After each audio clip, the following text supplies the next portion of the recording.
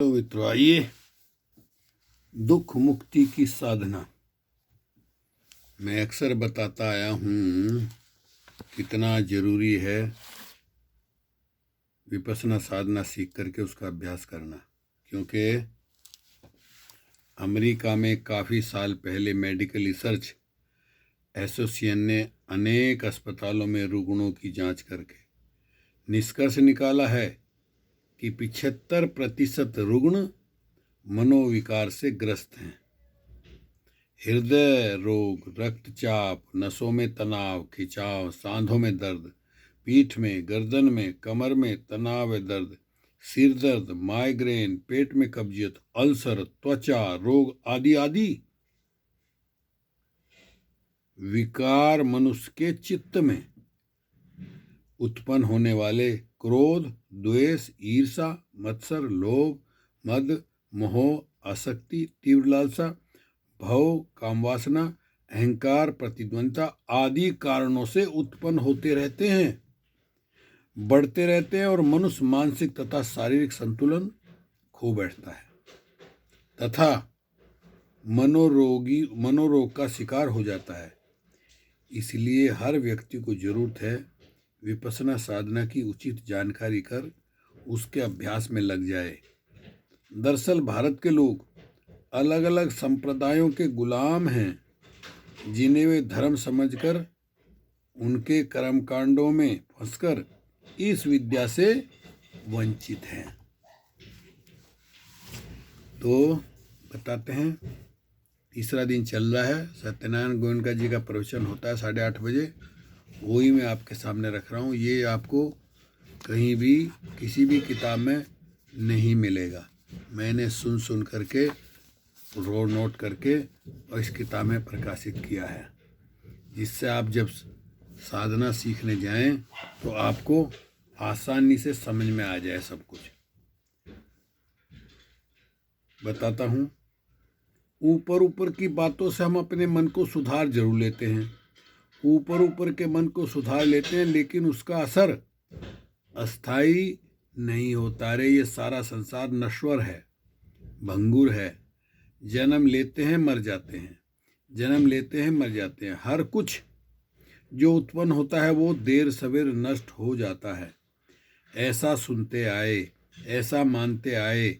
जीवन में कोई घटना ऐसी घटी तो उसे देखा भी, अपना कोई बहुत प्यारा गुजर गया और उसे शमशान भूमि में ले गए, चिता पर उसकी लाश रखी, उसे आग लगाई, तो बैठकर चिंतन करते हैं, अरे हमारे जीवन की अंतिम परिणति यही होने वाली है। जैसे इसको आज यहाँ ले आए और जला दिया, वैसे ही एक दिन मुझको भी ले जाएंगे, मेरे शरीर को भी वैसे ही जला देंगे। ये भी अपने साथ कुछ नहीं ले गया, सारा कुछ यहीं छोड़ गया, मुझको भी ऐसे ही जला देंगे।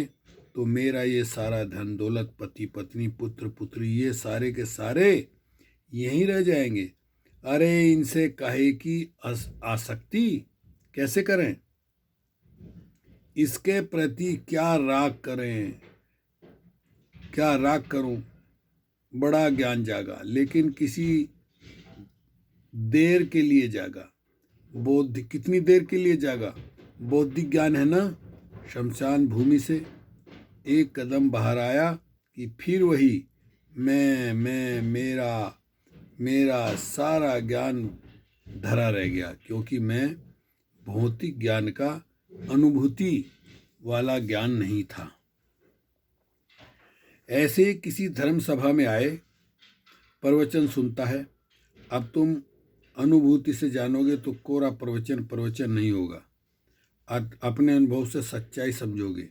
अन्यथा क्या होगा, प्रवचन सुना, बात बड़ी अच्छी लगी, अरे धर्म की बात कितनी अच्छी, राग मत करो, द्वेष मत करो, वीतराग बन जाओ, वीत द्वेष बन जाओ, आसक्ति मत करो, अनासक्ति बन जाओ, यही तो सचमुच सही रास्ता है। इससे अच्छा और क्या होगा। खूब समझ में आया, खूब धर्म समझ में आया। धर्म हॉल से बाहर हो गए कि अरे मेरा जूता कहाँ गया, कौन ले गया, आज ही तो खरीदा था ऐसा नया जूता, फिर मैं, मेरा मेरा मेरा, कितनी जल्दी खत्म हो गई सारी अनासक्ति की बात, क्योंकि सब बुद्धि विलास था ना, अनुभव नहीं हुआ। जब तक अनुभव नहीं होता तब तक सच्चाई समझ में नहीं आएगी। अनुभव के लिए हमारे यहाँ भारतवर्ष में एक पुराना शब्द चला आ रहा है, वेदन। वेदन को अनुभव कहते थे, अपना अनुभव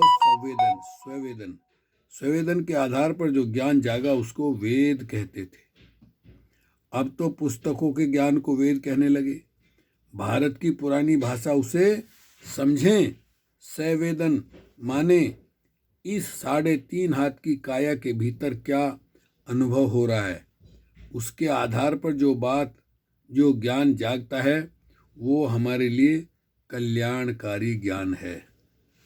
जो व्यक्ति सम्यक संबुद्ध बना और जो भी व्यक्ति सम्यक संबुद्ध बनेगा, अरहत बनेगा, चाहे जो हो, सिद्धार्थ गौतम की मोनोपोली नहीं, वो अपने भीतर इस सारे शरीर प्रपंच की सच्चाई को अनुभूतियों के स्तर पर, स्ववेदन के स्तर पर कैसा अनुभव हो रहा है, यूं स्ववेदन के स्तर पर ऐसे सारी चित्त स्कंद की सच्चाइयों को स्ववेदन के स्तर पर, शरीर पर वेदनाओं के स्तर पर जो अनुभव कर लेगा, उसका विभाजन करते करते, विघटन करते करते, विश्लेषण करते करते उस अवस्था पर पहुंच जाएगा।